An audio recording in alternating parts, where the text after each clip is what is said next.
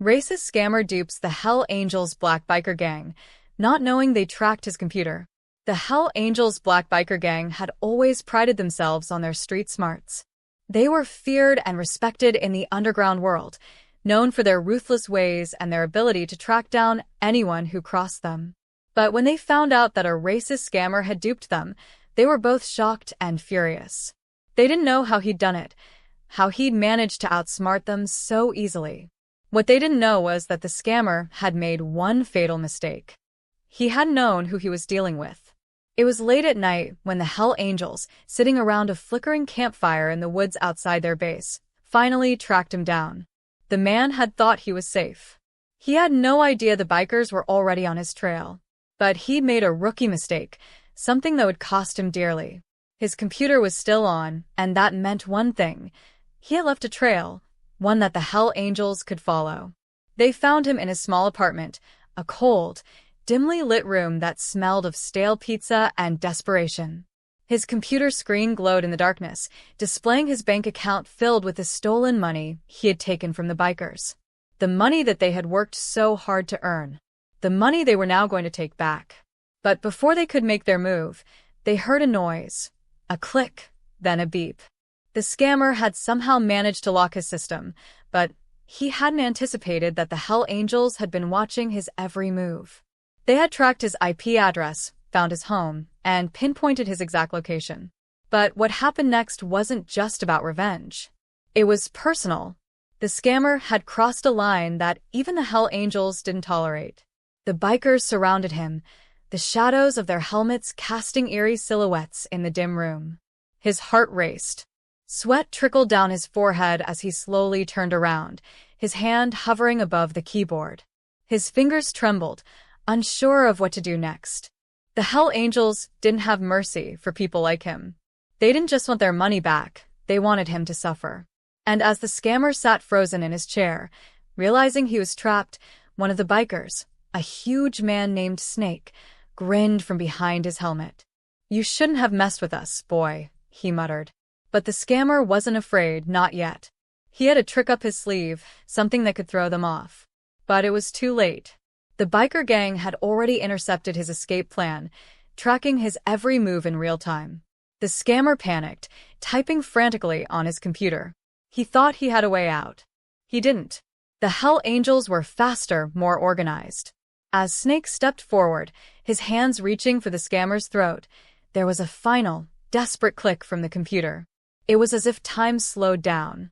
Then, just as Snake was about to grab the scammer, the lights in the room flickered, and the screen went blank. For a moment, everything went dark. Then, suddenly, the door to the apartment slammed open, and in rushed another figure, a man in a black suit, who wasn't part of the gang, who wasn't a biker at all. His voice, calm and eerily collected, echoed through the room. "Stop." The Hell Angels froze. They didn't know who this guy was, but they could tell he wasn't afraid of them. And the worst part? He wasn't there by accident. What happened next would change everything. Before that fateful night, the scammer had been just a small-time hustler, running scams online. He had used his computer to trick people into giving him their money, convincing them they were investing in something legitimate. He had no idea who he was dealing with when he stumbled upon the Hell Angels.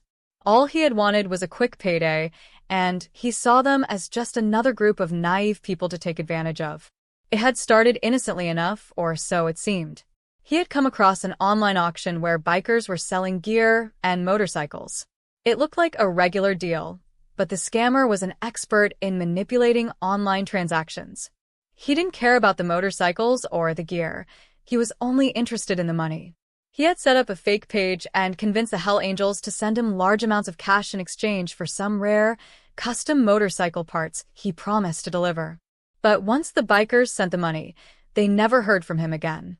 He'd vanished, leaving behind only a trail of broken promises and empty bank accounts. What the scammer didn't know was that the Hell Angels weren't the kind of people to just forget about being cheated. They were methodical, patient, and relentless. They might have been a biker gang, but they were also extremely tech-savvy. One of their members, a former hacker named Bolt, had managed to track down every lead and pieced together the scammer's digital footprint. They knew exactly where he was. It took weeks of monitoring the scammer's online activity, but eventually, they traced him to a small apartment in the city. They could see everything: the scammer's emails, his passwords, his accounts, even his movements. And they were closing in. Back at their hideout, the Hell Angels made a plan. They were used to handling situations with brute force, but this time, they needed a more calculated approach. This wasn't just about intimidation. They needed to get their money back, and they needed to teach the scammer a lesson he would never forget. With Snake leading the charge, the bikers prepared for the confrontation. They were going to make this scammer wish he had never crossed paths with them. But what they didn't anticipate was the strange turn of events that would unfold as they neared their target. They had already prepared for everything: the location, the escape routes, even what they would say when they caught him. But the scammer was no rookie either. He knew his way around a computer, and he had prepared for this moment, though not quite in the way the bikers thought. As the Hell Angels made their way to the scammer's apartment, they encountered something they didn't expect, something that could change the entire course of their plan. Just as they were about to breach the door, the screen flickered to life again. But this time, the message wasn't from the scammer, it was from someone else entirely. Someone who had been watching all along. And that's when the Hell Angels realized they weren't the only ones who had been tracking the scammer. The screen in the scammer's dimly lit apartment came back to life with a glowing red text that sent chills through the room. "You're all being watched." The Hell Angels froze. Snake's hand hovered over the scammer's throat as the other bikers turned to Bolt for an explanation. Bolt, the gang's resident hacker, quickly pulled out his tablet, his fingers flying across the screen as he tried to figure out what was happening. "Who is this?" Snake growled, his voice a low rumble. Bolt's face was pale, and his usually calm demeanor was gone. "It's not him," Bolt said, nodding toward the scammer, who was now trembling in his chair. "Someone else is in his system. Someone bigger." The scammer's eyes darted around the room, his mind racing. He knew exactly what was happening. In his greed and arrogance, he had stolen from more than just the Hell Angels. He had also scammed a shadowy group of hackers who called themselves Spectronet, a global network known for their brutal cyber retaliation. They weren't just good at tracking people down. They were legends in the dark web for ruining. The scammer had hoped to stay under their radar. Clearly, he had failed. "What did you do?" Snake barked, shaking the scammer by the collar. I didn't know," the scammer stammered. "I thought it was just a simple scam. I didn't know they'd come after me." The message on the screen disappeared, replaced by a video feed. The image was grainy but unmistakable. It showed the outside of the scammer's apartment. A single figure in a hood stood just outside the building, looking up at the camera. "They're here," Bolt whispered. The Hell Angels didn't know who Spectronet was, but they didn't like being hunted. Snake turned to the gang, barking orders. "Secure the exits.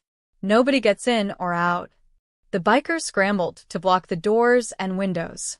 The scammer, still trembling in his chair, tried to plead with Snake. "You've got to let me go. I didn't mean to scam you. I swear. I can fix this." "Fix it," Snake hissed, leaning in close. "You're not fixing anything. You're staying right here until we get every cent back." He gestured to Bolt. "You shut this Spectronet down." Bolt shook his head. "You don't shut them down. You survive them. If they're here, we're already in trouble." The video feed shifted. Now it showed a close-up of the apartment door. The hooded figure was holding a device, a small black box with blinking lights. They pressed a button, and the screen went dark again. Suddenly, there was a loud bang. The building shook as if something had hit it with incredible force. The bikers sprang into action, drawing their weapons and taking defensive positions. "What the hell was that?" one of them shouted. Bolt checked his tablet, his face growing paler by the second. "They've cut the power to the building. We're blind." Snake cursed under his breath. He turned to the scammer. "You better start talking." "Who are these people?" They're hackers," the scammer sputtered. "They ruin people's lives. They don't just take your money, they destroy everything. Your identity, your reputation, your accounts. They're unstoppable." The Hell Angels weren't used to feeling helpless, but for the first time, doubt crept into their minds. They had come here to teach this scammer a lesson, But now they were facing something far worse. The banging grew louder, closer. The sound echoed through the apartment, followed by silence. Then came the unmistakable creak of a door opening somewhere in the building. "They're inside," Bolt muttered. Snake tightened his grip on his weapon. "If they want to fight, we'll give them one." The bikers spread out, their footsteps heavy against the floorboards. Snake stayed near the scammer, who was now pleading for mercy. Please. "You don't know what they'll do to us. Just let me go." Snake ignored him, his eyes fixed on the dark hallway beyond the room. He could hear faint footsteps, deliberate and slow, approaching from the shadows. Then, without warning, the apartment door burst open, and the hooded figure stepped inside. They moved with a calm, almost mechanical precision, holding the same device from the video feed. The bikers aimed their weapons, but before anyone could pull the trigger, the figure pressed a button on the device. A deafening screech filled the room, like metal grinding against metal. The bikers dropped their weapons, clutching their ears. The scammer screamed, falling to the floor in agony. And then, just as suddenly as it had started, the sound stopped. The room was eerily quiet, save for the heavy breathing of the bikers and the scammer's muffled sobs. The hooded figure spoke for the first time, their voice distorted by a voice changer. "Leave now and you live. Stay and you'll lose everything." Snake, still reeling from the noise, struggled to his feet. He glared at the figure, his pride refusing to back down. "We don't run from anyone." The figure tilted their head, as if amused. "Then you've made your choice." Before anyone could react, the device in the figure's hand lit up with a red glow. The bikers barely had time to register what was happening before their phones, tablets, and even Bolt's laptop began to spark and overheat. One by one, their devices shut down, leaving them completely in the dark, both literally and figuratively. The hooded figure took a step back, their presence menacing even in the dim light. "You have no idea what you've started." The figure disappeared into the shadows, leaving the Hell Angels stunned and powerless. And then, just as they began to regroup, there was another sound, a loud crash from outside the building. The bikers rushed to the window, only to see their motorcycles, their prized possessions, engulfed in flames. Snake turned back to the scammer, his eyes burning with rage. "You've just signed your death warrant." The roar of the flames outside was deafening. The Hell Angels' motorcycles, their most cherished possessions, symbols of their identity, were reduced to blazing heaps of twisted metal. Snake's fists clenched so tightly his knuckles turned white. The scammer, trembling on the floor, backed into a corner, his voice a pathetic whimper. I didn't do it," he stuttered. "It was them. You saw it. They did this." Snake turned slowly, his towering figure casting a shadow over the scammer. "This started because of you," he growled.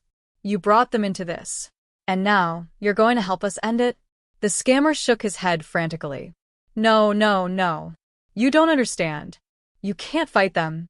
They'll destroy you, your lives, your money, everything. We're not asking," Snake snarled, yanking the scammer to his feet. "You either help us, or you won't make it out of this building." The scammer gulped, nodding in terrified compliance. His mind raced for a way out, but he knew there was none. Not with the Hell Angels in front of him and Spectronet closing in from all sides. Meanwhile, Bolt was frantically inspecting what was left of their tech. His laptop was fried, his tablet wouldn't power on, and even the backup gear they'd brought was useless. "They've bricked everything," he muttered, running a hand through his hair. "Every device we had is dead. We're completely cut off." "What about their signal?" Snake asked, his voice sharp. "Can you track them?" Bolt shook his head. "They're ghosts. The signal was scrambled before I could even log in. Whoever they are, they're leagues ahead of us." Snake cursed under his breath, his frustration boiling over. He slammed his fist into the wall, leaving a dent in the plaster. "Then we find them the old-fashioned way. We hit the streets and make some noise. Someone knows who they are." "They don't work like that," the scammer interjected weakly, his voice trembling. "They don't leave trails. You can't just find them. They find you." Snake grabbed the scammer by the collar, lifting him off the ground with ease. "Then tell us what you know." How did you even get tangled up with them? The scammer hesitated, his eyes darting between Snake and the other bikers. He knew he couldn't lie his way out of this. Not anymore. Taking a shaky breath, he began to explain. I was running my scams, okay? Just normal stuff. Fake auctions, phishing emails. Nothing big. Then I found this forum, dark web stuff. People were selling stolen data, credit card numbers, things like that. I thought I could use it to pull off a bigger scam. But I didn't know the forum belonged to Spectronet. The bikers listened intently, their anger simmering beneath the surface. The scammer continued, his voice growing more desperate. I bought some data from one of their guys, thinking I could flip it for a quick profit. But I screwed up. I didn't pay the full price. I thought they wouldn't notice, but they did. And now they're after me. That's why I needed more money, your money, to pay them off. Snake's jaw tightened. So you scammed us to settle your debt with them? The scammer nodded, tears welling in his eyes. I didn't have a choice. If I didn't pay, they said they'd ruin me. And now you've dragged me into this even deeper. Snake shoved the scammer back against the wall, disgusted. You're lucky we haven't dragged you to the bottom of the river. Wait, Bolt interrupted, his voice calm but urgent. If they're after him, they're not just going to stop at frying our tech. They're sending a message. This isn't over. As if on cue, the building shook again, this time from the sound of shattering glass. The bikers spun around, weapons drawn. The sound had come from the floor below. Heavy, deliberate footsteps echoed up the stairwell. They're coming, Bolt said grimly, grabbing a crowbar from the floor. Snake barked orders, his voice cutting through the tension. Barricade the doors. We hold our ground here. The bikers moved quickly, stacking furniture and debris against the apartment entrance. Snake turned back to the scammer, who was cowering in a corner. If they get through, you're the first to go, he warned. The scammer nodded weakly, too terrified to respond. The footsteps grew louder, closer. Whoever was coming wasn't in a hurry. They wanted the bikers to hear them, to feel the tension building with every step.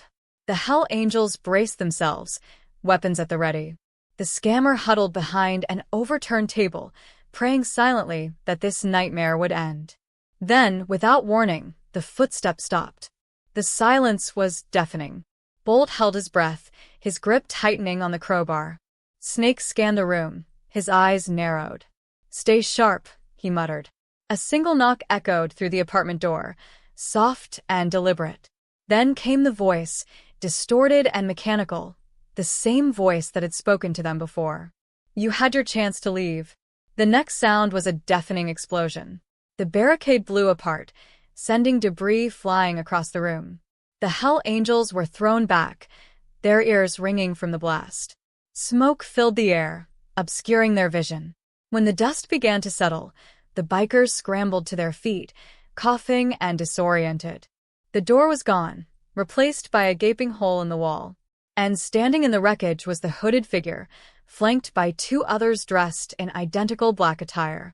The lead figure stepped forward, their voice calm and cold. You were warned. Snake, bloodied but unbroken, raised his weapon. We don't take orders from anyone. The hooded figure tilted their head, as if amused. Then this will be your undoing. Before anyone could react, the room was plunged into chaos. The hooded figures moved with precision, their movements almost inhuman. They didn't need guns. Their weapons were technology, and they wielded it with terrifying efficiency. The Hell Angels fought back with everything they had, but they were outmatched. The hooded figures were faster, smarter, and seemingly unstoppable. As the bikers were forced back into a corner, Snake knew they were out of options. He turned to the scammer, who was cowering beneath a broken table. This is your mess, he growled. Fix it. The scammer's face was pale, his hand shaking as he clutched a small USB drive. I have a backdoor. I can shut them down. Snake grabbed him by the arm, pulling him to his feet. Then do it. Now. But before the scammer could move, one of the hooded figures turned toward him, their glowing red eyes locking onto the USB drive. They raised a device, and the scammer's hand began to burn as the USB melted into a puddle of plastic and metal. The scammer screamed in agony, dropping the useless drive. Snake stared at the remnants, his fury boiling over. The hooded figure stepped closer, their voice cold and mocking. "You never had a chance." And just as they reached for Snake, the scammer did something no one expected. He lunged forward, grabbing the hooded figure's device. In his desperation, he slammed it against the floor, breaking it into pieces. The hooded figure froze, their movements stuttering like a glitching machine. The other figures turned toward their leader, hesitating for the first time. Snake seized the opportunity. "Move," he shouted, rallying the bikers. The gang fought their way through the chaos, dragging the scammer with them as they fled the apartment. But as they stumbled into the night, the burning motorcycles behind them, one thing was clear. This was only the beginning. Spectronet wouldn't stop until they had their revenge. The Hell Angels barely escaped with their lives. They burst out of the building into the cold night, the scammer in tow, coughing from the smoke and bloodied from the brawl. Behind them, the apartment complex stood silent, its windows glowing faintly from the lingering flames of their burning motorcycles. Snake led the group down an alley, his mind racing. The gang wasn't used to running, but tonight had turned into a nightmare they couldn't have predicted. His chest burned with anger and humiliation, but he pushed it aside. Right now, survival was all that mattered. "We can't stay here," Bolt said, clutching his side where a piece of debris had cut him during the explosion. "They're tracking us. If we stop, we're dead." Snake glanced at the scammer, who was limping, his face pale and drenched in sweat. "You've got 2 seconds to give us something useful," Snake barked. "How do we stop them?" The scammer stammered, his voice barely audible. I don't know. They don't usually show up like this. They just ruin you online. This is different." Snake grabbed the scammer by the collar, lifting him off his feet. "Different? You're telling me these people don't usually blow up buildings and torch bikes?" Bolt stepped between them, pulling Snake back. "He's useless right now," Bolt said. "Let me think." Snake reluctantly let go, and the scammer collapsed to the ground, gasping. The bikers huddled together, their faces grim. They had dealt with rival gangs, corrupt cops, and shady deals gone wrong, but this was something entirely new. Technology had always been their tool, their ally. Now it was their enemy. "We need a safe place," one of the bikers said, his voice strained. "Somewhere they can't track us." "There's no such thing," Bolt replied. "Not against these guys. If they're as good as they seem, they've already got eyes on us." Snake clenched his fists, his mind racing. Then he remembered something. "The bunker," he said, his voice firm. Bolt frowned. "The old hideout? We haven't used that place in years." "Exactly," Snake said. "It's off the grid. No Wi-Fi, no signals. It's the only place they can't reach." The gang hesitated, but they knew Snake was right. The bunker was their best shot at regrouping and coming up with a plan. "Fine," Bolt said. But we need to move now. "They won't give us much of a head start." The Hell Angels mounted the stolen car they had stashed a few blocks away for emergencies. It was cramped and slow, but it was better than being on foot. They drove through the empty streets, the scammer squeezed in the back seat between 2 angry bikers who made it. The drive to the bunker was tense and silent. Snake kept glancing in the rearview mirror, half expecting to see the hooded figures chasing them. But the streets remained empty. Still, he couldn't shake the feeling that they were being watched. When they reached the bunker, it was nearly dawn. The hideout was an old underground shelter the gang had used years ago during a war with a rival crew. It was hidden in the woods, far from the city, and equipped with basic supplies. It wasn't luxurious, but it was safe, or at least as safe as they could hope for. The gang piled inside, locking the heavy steel door behind them. The air was damp and stale, but it felt like a haven compared to the chaos they had just escaped. Bolt immediately got to work inspecting the old equipment, trying to salvage anything that could help them. Snake set the scammer down at a makeshift table, his eyes burning with fury. "Start talking," he said. "Who are they, and why are they after you?" The scammer looked around nervously, his voice trembling. "They're Spectronet. They're not just hackers, they're vigilantes. They go after people who cross them or who they think deserve to be punished. Punished for what? Snake demanded. We didn't do anything to them. You didn't, the scammer said, his voice barely a whisper. But I did. And now they think you're helping me? Snake slammed his fist on the table, making the scammer flinch. So they're coming after us because of you? The scammer nodded, his eyes welling with tears. I'm sorry. I didn't mean for any of this to happen. I just wanted to make some money.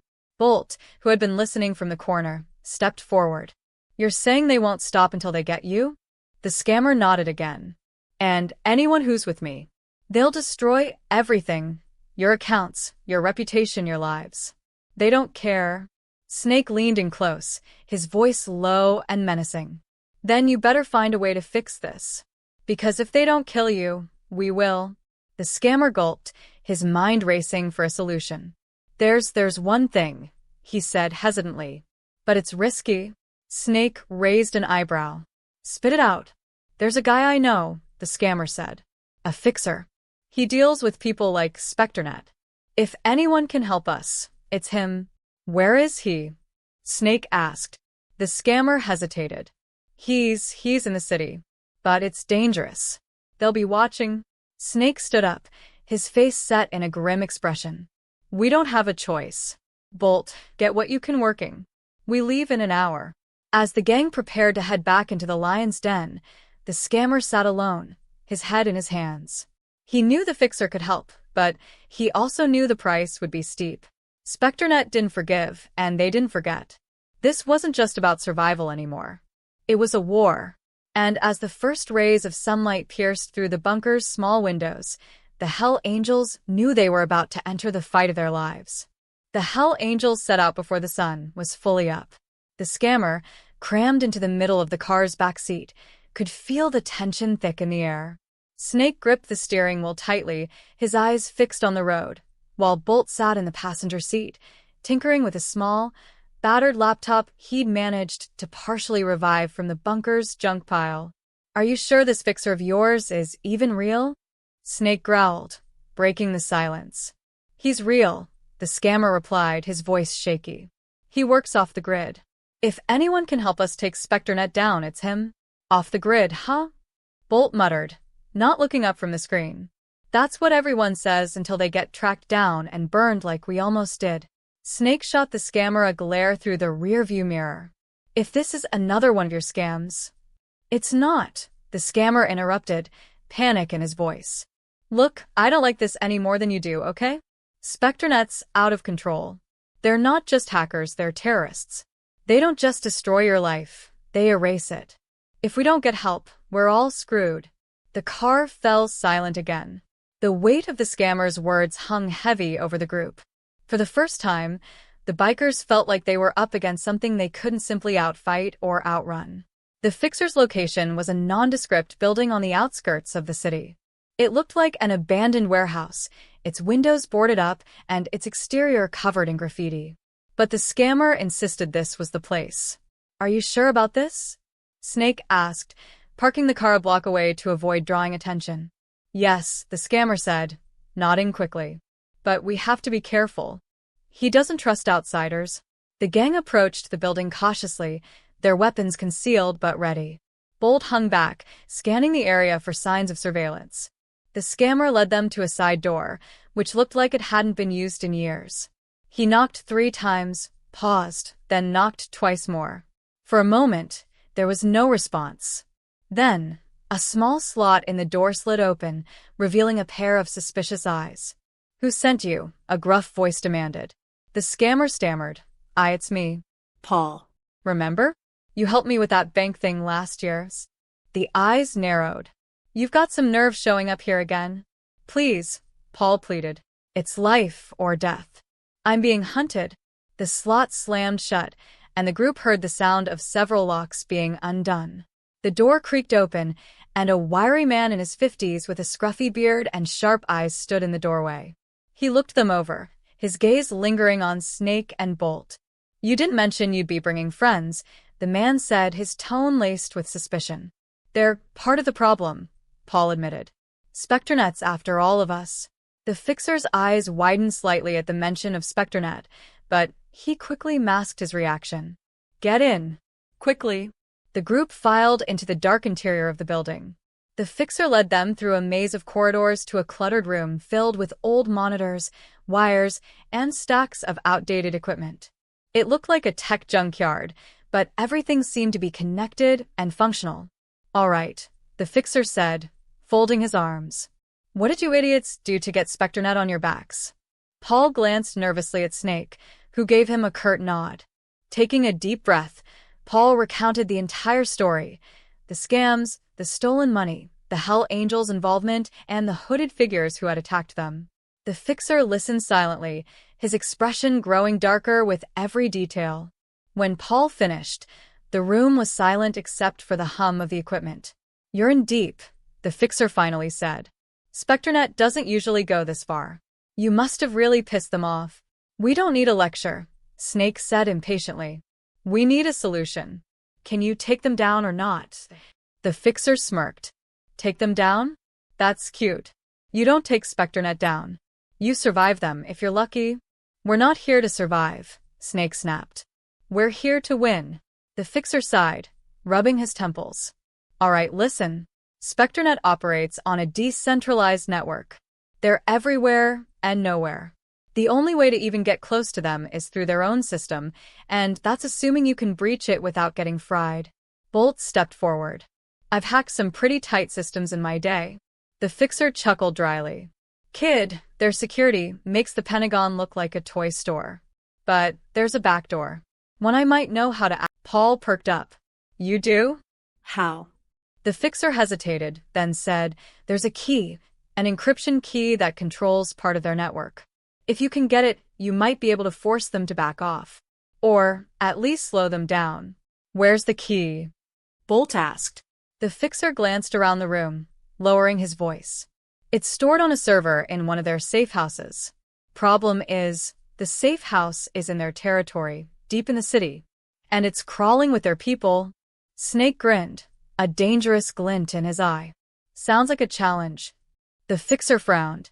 "It's suicide. These aren't just tech nerds with laptops. They've got muscle, real muscle.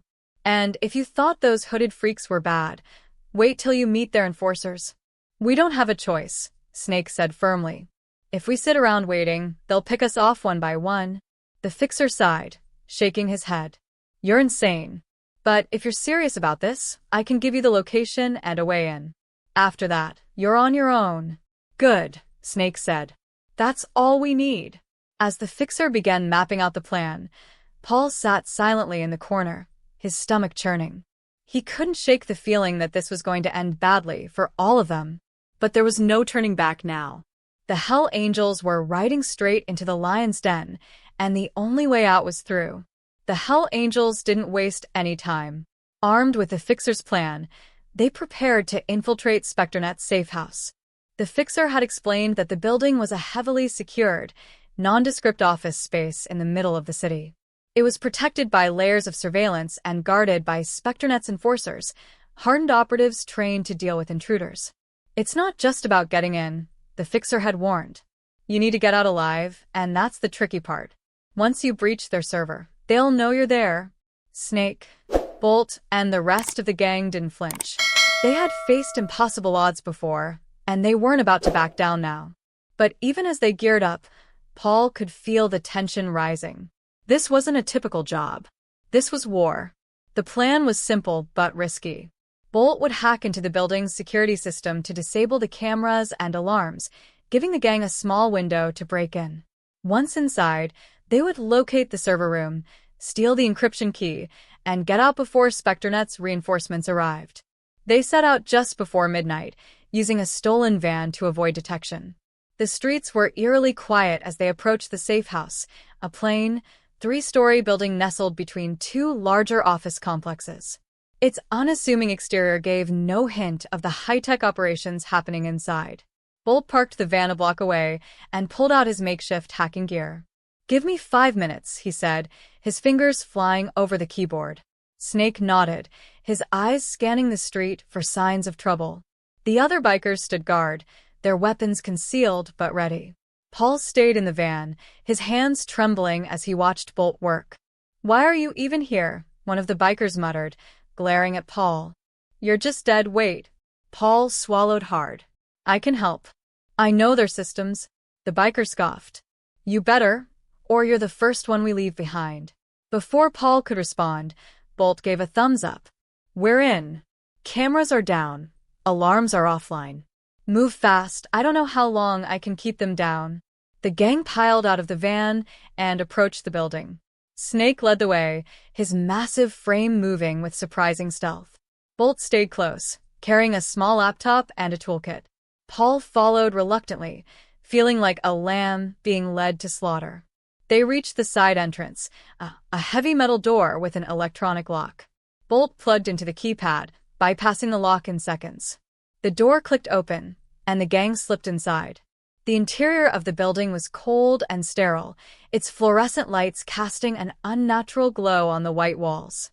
The air was thick with the hum of machinery, and every sound seemed amplified in the silence. "Stay sharp," Snake whispered, his voice low. They could be anywhere. They moved through the hallways, checking each room as they went. Most were empty offices filled with desks and outdated computers, but the deeper they went, the more sophisticated the equipment became. It was clear they were heading in the right direction. After what felt like an eternity, they found the server room. The door was reinforced with a biometric lock, but Bolt quickly got to work. His hands moved with precision, bypassing the lock's security protocols while the others stood guard. "Hurry up," Snake growled, his eyes scanning the hallway. "I'm going as fast as I can," Bolt muttered, sweat beading on his forehead. Finally, the lock beeped, and the door slid open. The server room was a stark contrast to the rest of the building, dark, cold, and filled with towering racks of servers that blinked with eerie blue lights. "Spread out," Snake ordered. "Find the key." The gang fanned out, searching the room for the encrypted drive the fixer had described. Bolt plugged into one of the servers, his screen lighting up with lines of code. "I've got it," Bolt said after a few tense minutes. "Downloading the key now." The air was thick with tension as the gang waited. Paul hovered nervously near the door, his ears straining for any sound of movement. He knew Spectronet wouldn't let them get away with this. Suddenly, the building's power flickered. The lights dimmed, and the servers let out a low hum. Bolt's laptop froze for a moment before resuming its download. "They know we're here," Paul whispered, panic rising in his voice. "No kidding," Snake snapped. "Bolt, how much longer?" 30 seconds, Bolt replied, his eyes glued to the screen. The sound of footsteps echoed down the hallway. Heavy, deliberate, and fast. "They're coming," one of the bikers hissed, raising his weapon. "Hold them off," Snake barked. "Bolt, get that key." The gang took up defensive positions as the footsteps grew louder. Paul pressed himself against the wall, his heart pounding. He could see shadows moving just outside the door. Then, the first enforcer appeared. Dressed in tactical gear and armed with a high-tech weapon, the figure moved with deadly precision. The bikers opened fire, but the enforcer seemed almost unfazed, dodging the bullets with alarming speed. Snake charged forward, swinging a metal pipe. The enforcer blocked the attack with ease, countering with a swift blow that sent Snake staggering back. "Got it!" Bolt shouted, pulling the drive from the server. "We've got the key. Fall back." Snake yelled, regaining his footing. "We're done here." The gang fought their way out of the room, the enforcers hot on their heels. More appeared as they reached the hallway, cutting off their escape route. The bikers fired wildly, creating just enough of a distraction to push through. Paul scrambled after them, his mind racing. This wasn't just a fight, it was a massacre. He could feel Spectronet closing in, and for a moment, he doubted they would make it out alive. The gang reached the side entrance, their path blocked by another squad of enforcers. Snake and Bolt charged ahead, their determination unwavering. Paul ducked behind them, clutching the stolen drive like it was his lifeline. As they burst out of the building and into the night, the van was already waiting. The gang piled in, slamming the doors shut as Bolt floored the gas. "Did we lose them?" one of the bikers asked, panting. Bolt glanced in the rearview mirror, his knuckles white on the steering wheel. "For now. But they'll be coming." Snake turned to Paul, his eyes burning with intensity. We've got the key. Now tell me it's worth it. Paul looked down at the drive in his hands, his face pale. It is. But now they'll stop at nothing to get it back. As the van sped through the city, disappearing into the night, the gang knew one thing for certain. This wasn't over. Spectronet wasn't just going to let them walk away. And the next time they came, it would be with everything they had. The van screeched to a halt outside an abandoned warehouse on the outskirts of town, its tires skidding on the gravel. The gang spilled out, their movements quick and calculated as they scanned the area for any sign of pursuit. Snake carried the stolen drive, his grip tight and his expression unreadable. Bolt was already setting up a workstation inside the warehouse, using whatever scraps of technology he could scrounge up to analyze the encryption key. The rest of the gang stood guard, weapons ready, their eyes darting to every shadow. Paul sat on a broken crate near the back of the room, his hands shaking as he tried to steady his breathing. They're coming, aren't they? Paul asked, his voice barely above a whisper. They will, Snake said curtly, pacing near the door. But we're not going to wait around for them, to catch us off guard. Bolt's voice cut through the tension. I've got something. He tapped a few keys on his battered laptop, the screen flickering as lines of code scrolled past. This key, it's not just an encryption key. It's a gateway. It opens a direct link to Spectronet's mainframe. Snake turned sharply. You're saying we can hit them where it hurts? Maybe, Bolt said cautiously.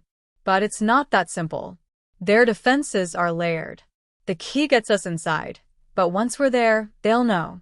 And they'll hit back, hard. Let them, Snake growled. We're taking the fight to them. This ends now. Paul's face went pale. Are you crazy? You don't fight Spectronet. You survive them. If you use that key, you'll be walking into their trap? Snake spun around, his glare silencing Paul. We're already in their trap. The only way out is through. Bolt hesitated. If we're doing this, we need a plan. A real plan. We can't just barge in and hope for the best. Snake nodded, his mind racing. Then make a plan. Whatever it takes, whatever we need. We're ending this. The gang spent the next several hours preparing. Bolt worked tirelessly, setting up firewalls, encrypting their own communications, and devising a way to infiltrate Spectronet's mainframe. Snake and the others fortified the warehouse, setting up makeshift defenses and traps in case Spectronet came for them before they were ready. Paul hovered near Bolt, his anxiety growing with every passing minute. What if it doesn't work? He asked, his voice trembling. What if they wipe us out before we even get close? Bolt didn't look up from his laptop. Then we're dead. But at least we'll go down swinging. Snake walked over, his presence commanding. You got something yet? Bolt nodded, though his expression was grim. I've mapped out their defenses as best as I can. The key gives us a narrow entry point, but once we're inside, it's going to be chaos. We'll need to move fast. What's the target? Snake asked. Their data center, Bolt replied. If we hit it, we cripple their operations. They lose their leverage, their control, everything. Snake's eyes narrowed. Good. Let's make them feel it. Paul stood abruptly. You're insane. Do you even know what you're up against? They're not just hackers, they're killers. You saw what they did back there. You really think you can take them on? Snake grabbed Paul by the collar, lifting him off the ground effortlessly. You're here because you put us in this mess. So you're either with us or you're not. But if you try to run, you'll wish Spectronet got to you first. Paul gulped, nodding quickly. Okay. Okay. I'm with you. Snake dropped him, turning back to Bolt. When do we move? Bolt checked his watch. Midnight. That's when their activity spikes. They'll be too busy to focus on us until it's too late. Snake nodded. Then let's finish this. Midnight came quickly. The gang piled into the van, the air thick with tension. No one spoke as they drove toward the heart of the city, where Spectronet's hidden data center awaited. The streets were eerily quiet, the glow of streetlights casting long shadows as they weaved through the deserted roads. They parked a block away, ditching the van in an alley to avoid detection. Bolt led the way, carrying his laptop and a makeshift hacking kit. Snake and the others followed, their weapons hidden but within easy reach. Paul trailed behind, his nerves on edge. The data center was hidden beneath an ordinary office building, its entrance disguised as a maintenance door. Bolt bypassed the lock with ease, and the group slipped inside, descending a narrow staircase into the underground facility.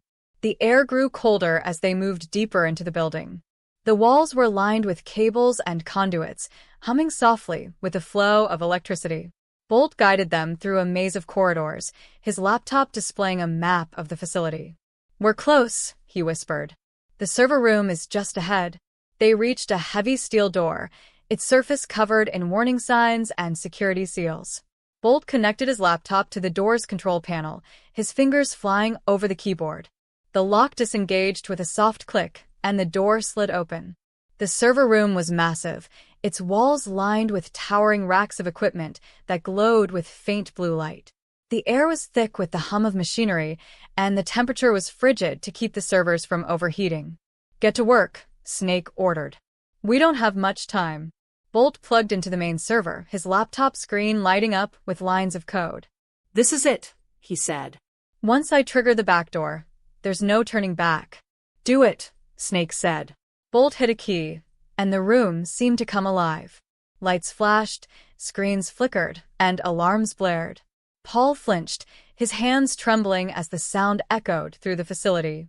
"They know we're here," Bolt said, his voice steady. "I'm in, but it's going to take a minute to finish." The bikers took up defensive positions, their weapons aimed at the door. Snake stood near Bolt, his eyes scanning the room for any signs of movement. Then, the first enforcer appeared. Dressed in black tactical gear and wielding a high-tech weapon, the figure moved with terrifying speed. The bikers opened fire, but the enforcer dodged effortlessly, returning fire with a precision that forced them to scatter. "They're here," one of the bikers shouted. "Hold them off." Snake roared. "Bolt, how much longer?" "Almost there," Bolt replied, his fingers flying over the keyboard. The enforcers poured into the room, their movements coordinated and relentless. The bikers fought back with everything they had, but they were outnumbered and outgunned. Paul crouched behind a server rack, his heart pounding as chaos erupted around him. He could see Bolt's screen flashing with progress indicators, the bar inching closer to completion. Then, a deafening explosion rocked the room. One of the server racks collapsed, sending sparks flying. The lights flickered, plunging the room into brief darkness before the emergency lights kicked in. Snake charged at the nearest enforcer, his fury unmatched. He swung his weapon with brutal force, taking down the attacker in a single blow. But more were coming, and Snake knew they were running out of time. "Bolt," Snake shouted. "We need that key now." Bolt gritted his teeth, his eyes fixed on the screen. "Got it," he yelled, pulling the drive from the server. "We've got the data." "Fall back," Snake ordered, rallying the gang. The bikers fought their way out of the room, dragging Paul and Bolt with them as the enforcers closed in. The corridors were a blur of gunfire and shouts as they raced toward the exit, the stolen data clutched tightly in Bolt's hands. As they burst out of the facility and into the cold night air, the sound of sirens filled the distance. They piled into the van, slamming the doors shut as Bolt floored the gas pedal. "We did it," Bolt said, his voice breathless. "We hit them where it hurts." But as the van sped away, Snake couldn't shake the feeling that this was far from over. Spectronet wouldn't let this go unanswered. And the Hell Angels had just declared all-out war. The van roared down the empty streets, its occupants tense and battered but alive. Bolt clutched the stolen drive, his hands trembling with the adrenaline still coursing through his veins. Snake sat in the passenger seat, his jaw clenched and his eyes scanning the rearview mirror for signs of pursuit. "They're not following us," Bolt said, his voice shaky. "Not yet," Snake replied grimly. "But they will. Spectronet doesn't lose." Paul huddled in the back, his face pale and his body trembling. "You don't understand," he said, his voice barely audible. "This isn't just about the data. You've humiliated them. They'll come for us with everything they've got." Snake turned to glare at him. "Then they'll get everything we've got. We didn't come this far to roll over." The van skidded into the parking lot of the gang's temporary safe house, an abandoned factory on the edge of the city. They hurried inside, barricading the doors and windows with whatever they could find. The gang was bruised, bloodied, and exhausted, but they didn't have time to rest. Bolt set up his laptop on a rickety table, plugging the drive into a makeshift reader. The others crowded around, watching as the screen filled with lines of encrypted data. "This is it," Bolt said. Everything they're hiding. Financials, identities, operations. It's all here. Paul leaned in, his eyes widening. You can't just hold on to this. If they find out what you've got, they'll tear this place apart. Snake ignored him, his gaze fixed on Bolt. Can we use it? Bolt nodded slowly. With this, we can expose them. Shut them down, maybe even bring them to their knees. But it's going to take time. How much time? Snake asked.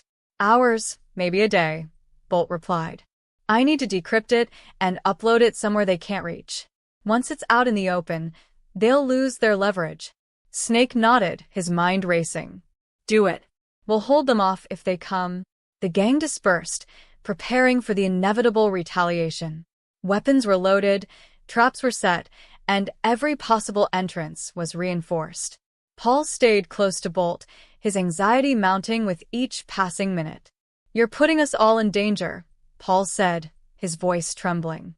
They'll come for this place. You should have just run. Bolt didn't look up from his screen. Running doesn't stop them. This does.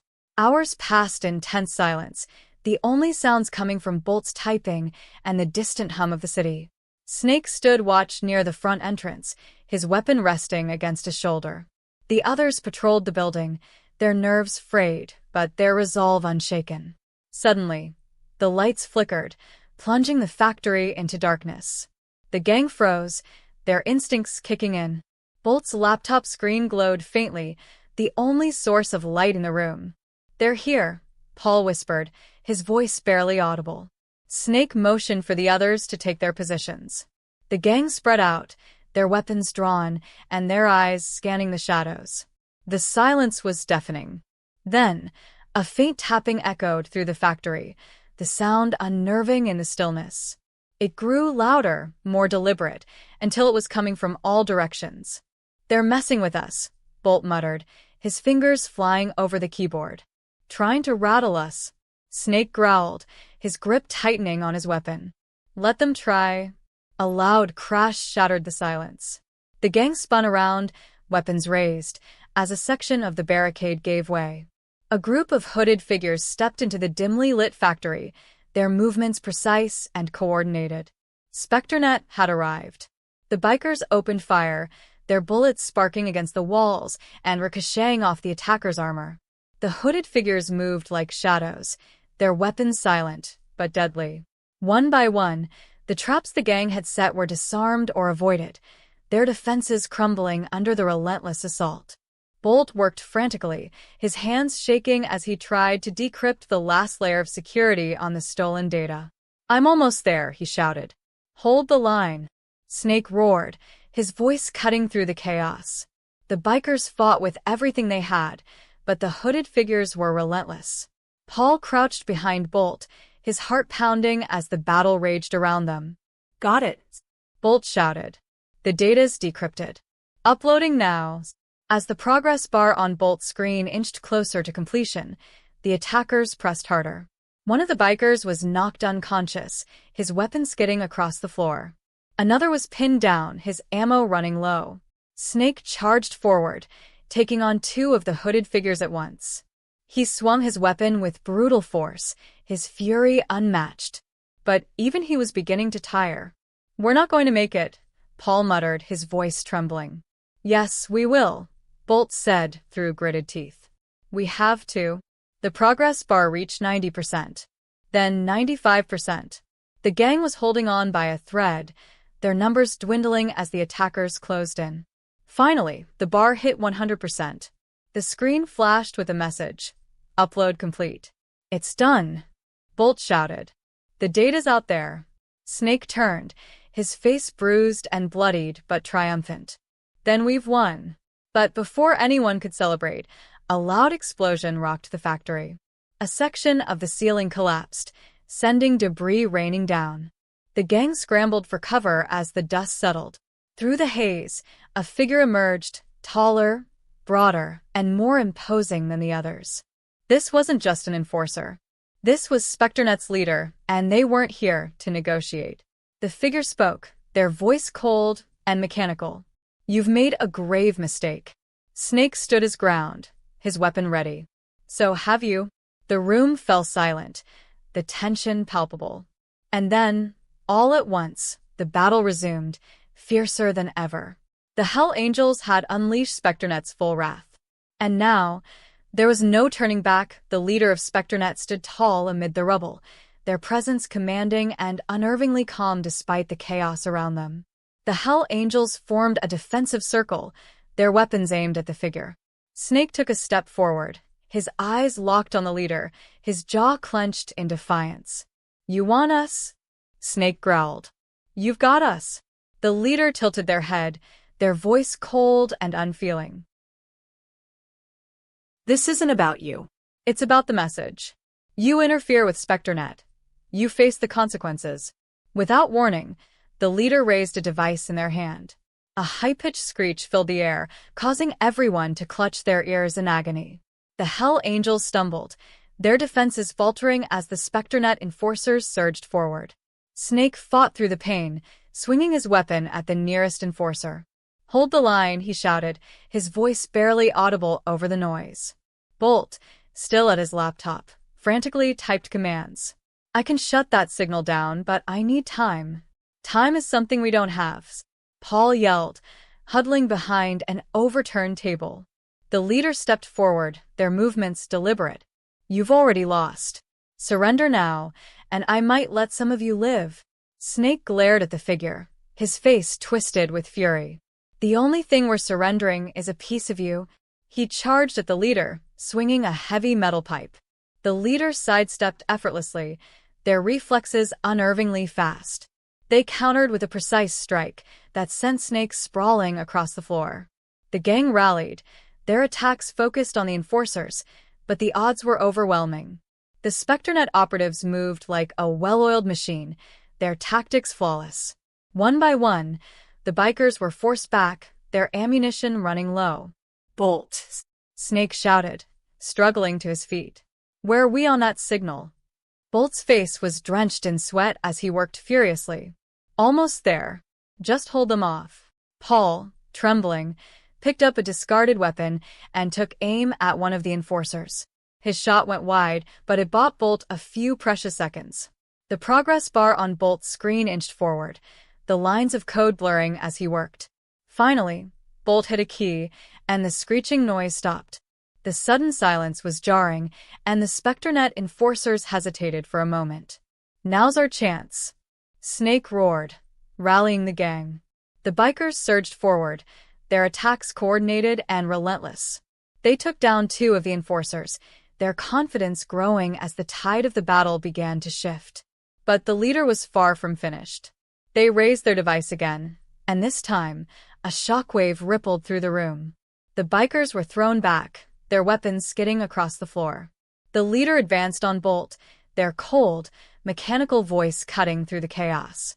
"You think you've won because you uploaded the data? You've only sealed your fate." Snake lunged at the leader, tackling them to the ground. The two grappled, their strength evenly matched. The leader's mask slipped slightly, revealing part of their face, a scarred, emotionless visage that sent chills down Snake's spine. "You should have stayed in the shadows," Snake growled, pinning the leader down. "And you should have known when to quit," the leader replied, activating a concealed blade that extended from their sleeve. Snake barely dodged the blade, rolling to the side as the leader sprang to their feet. The two circled each other, the room erupting in chaos around them. Bolt shouted from the corner, "Snake, we need to get out of here. Reinforcements are coming." "Not until this one's down," Snake barked. The leader lunged again, their movements quick and calculated. Snake countered with a brutal swing of his weapon, catching the leader off guard and knocking them back. For the first time, the leader faltered. "Fall back," Snake ordered, seizing the moment. The bikers regrouped, dragging their injured comrades toward the exit. Bolt grabbed his laptop and Paul followed, his face pale with terror. As the gang burst out of the factory and into the night, they heard the sound of approaching vehicles. Black SUVs screeched to a halt in the distance, their headlights piercing the darkness. "Move," Snake shouted, leading the gang toward the van. The bikers piled into the vehicle, Bolt slamming the door shut as Snake floored the gas pedal. The van roared down the deserted streets, narrowly avoiding the SUVs that gave chase. Inside the van, the tension was palpable. Paul clutched the edge of his seat, his knuckles white. "What now?" "They're not going to stop," Bolt, still typing on his laptop, said. "The data's out there. It's on every public server I could find. They can't erase it now." "They'll try," Snake said, his voice grim. "And they'll come after us to make sure we can't do more damage."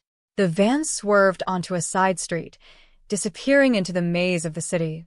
The gang knew they had dealt a major blow to Spectronet, but the cost had been high. They were battered, outnumbered, and hunted. And as the van disappeared into the night, Snake knew the war was far from over.